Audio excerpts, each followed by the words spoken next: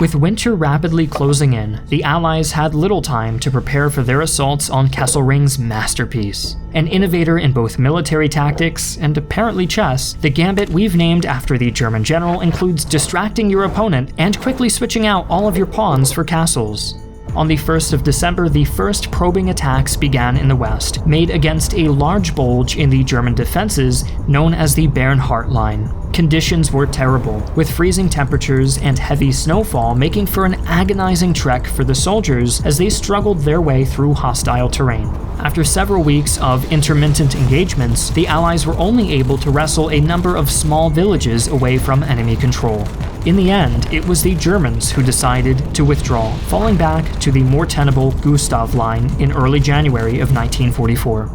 While the 5th Army was busy dying in the snow, the 8th Army also found itself preoccupied with, well, dying in the snow. The 8th had attacked the Gustav Line on the 4th of December and made significant headway, but then the Germans made a strategic withdrawal through a deep gully which funneled the Commonwealth forces into a carefully prepared killing ground. Any unit entering the gully was brutally mauled, and Allied progress was completely stalled until German forces withdrew to a new position on the 20th. The next set of battles for the Gustav Line took place at the towns of Ortona and Orsonia.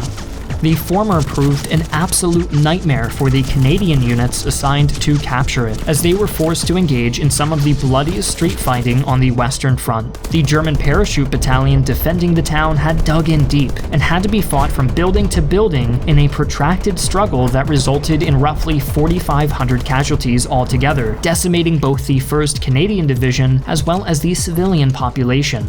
Orsonia, meanwhile, resisted every attack, holding out until a massive blizzard struck the Adriatic coastline and forced the British to halt their offensive. But even this could not end the bloodshed for long, and on January 14th, the two Allied armies launched yet another series of attacks on the line, starting the notorious battle for Monte Cassino.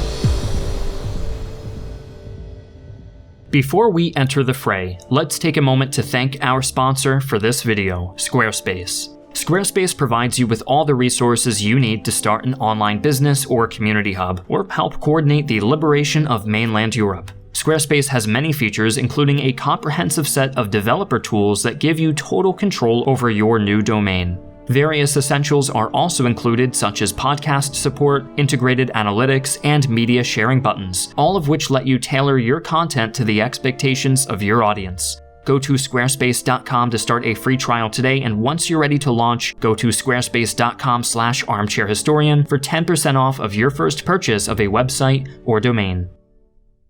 The first assault was conducted by the British and resulted in little more than 3 days of pointless slaughter. 2 more attacks failed due to either terrain or a lack of armored support, and a 4th ended with minor gains that were promptly abandoned due to the lack of supplies. After these repeated failures, the Allies authorized Operation Avenger, which fixated on the Monte Cassino Abbey as the linchpin of German defenses in the area.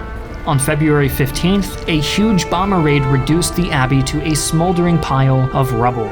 Unfortunately, the raid was badly coordinated and was not followed up by a ground assault, so in the end, little was accomplished.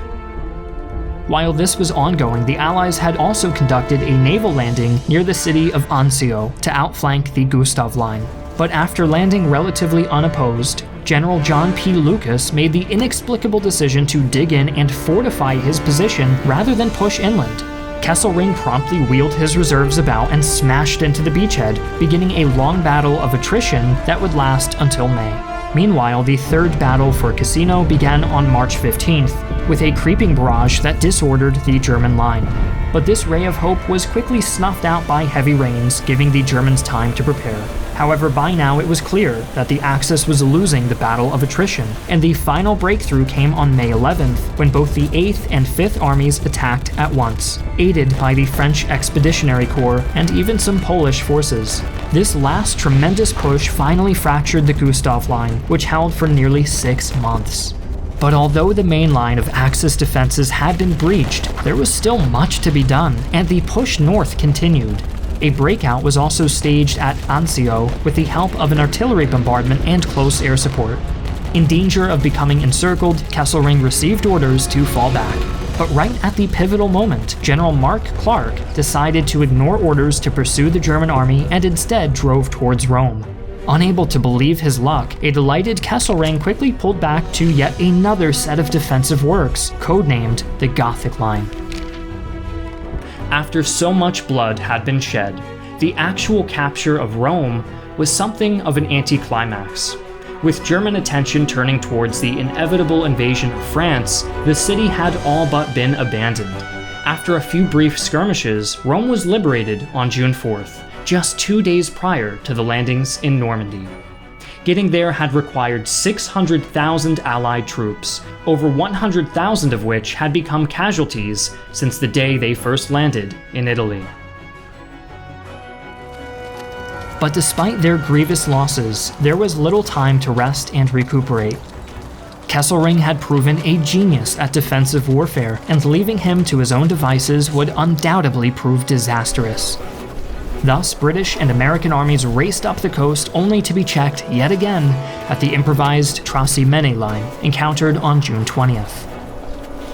Stalled for another week, the Germans had ample time to move the bulk of its army to the Apennine Mountains. Infuriated but impotent, the Allies could do nothing but resign themselves to yet another long, grinding siege. On August 25th, the Allies launched Operation Olive, aimed at breaching the Gothic Line and finally ending the seemingly eternal battle for Italy. The 8th Army was to attack German positions along the Adriatic coast, and when Kesselring had committed his reserves to that area, Mark Clark's 5th Army would strike at the weakened center, breaking through to Bologna. Initial progress was good, but Kesselring continued to pull his old tricks and refused to be lured into fighting on unequal terms. By the end of September, the Allies had clambered their way over the peaks of the Apennine Mountains, having suffered 14,000 casualties. Then, autumn rains stalled further attacks, grounding air support and turning vital supply routes into impassable quagmires. At this point, the remainder of 1944 would be spent in a deadlock, with a single-axis counterattack in December managing to briefly reoccupy a section of the Gothic Line. Although Kesselring had done a spectacular job in Italy, his position was about to change drastically. He was severely injured in a car crash in October, and upon his recovery found himself replacing Field Marshal Geert von Rundstedt as commander of the entire Western Front on March 10th. Even he could do nothing but watch the final collapse of the Third Reich, as Allied troops were already pouring into Germany itself. In spring of 1945, the Allies launched their final offensive in Italy, Operation Grapeshot. During the months-long stalemate, the 5th and 8th Armies had been reinforced by a diverse collection of units from various nations, including several thousand British-trained Italian volunteers and even a division from the Brazilian Expeditionary Force. The attack began on April 6th with a long artillery bombardment, then attacks all along the line by Commonwealth troops. Without any reserves left, the Germans could no longer do anything but desperately try to hold the line. However, the situation was hopeless. By the 20th of April, the two Allied armies had broken into the Po Valley, and only 5 days later Mussolini was dragged out of hiding by Italian partisans and summarily executed. With no reason left to fight, Kesselring's replacement opened up negotiations with the Allies and signed a surrender order on May 2nd. Just a few days before the official end of the war in Europe. After so many gambits and clever plays, the chessboard of Italy had been cleared. The final handshake between players would occur at last, a year and a half after the start of their unexpected rematch. In many ways, the Italian campaign showcased both the best and worst moments from the Second World War. The idea to divert forces from the Eastern Front was sound, but internal division quickly turned the campaign into an unfocused mess. Supplies were diverted to other operations, and arguments among Allied generals led to missed opportunities and long delays. Kesselring also demonstrated exactly how deadly the Wehrmacht could be on the defense, holding out for over a year against a much greater force, which by that point possessed total air superiority. But the battles in Italy kept hundreds of thousands of German soldiers occupied at a time when manpower was critically low. and the experience gained from the amphibious landings at Salerno proved invaluable to the planners of D-Day.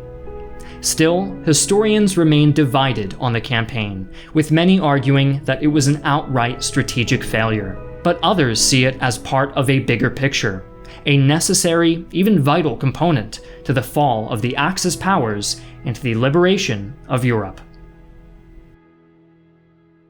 Thanks again to Squarespace for sponsoring this video. Build your next website with Squarespace and use our link below to support the channel.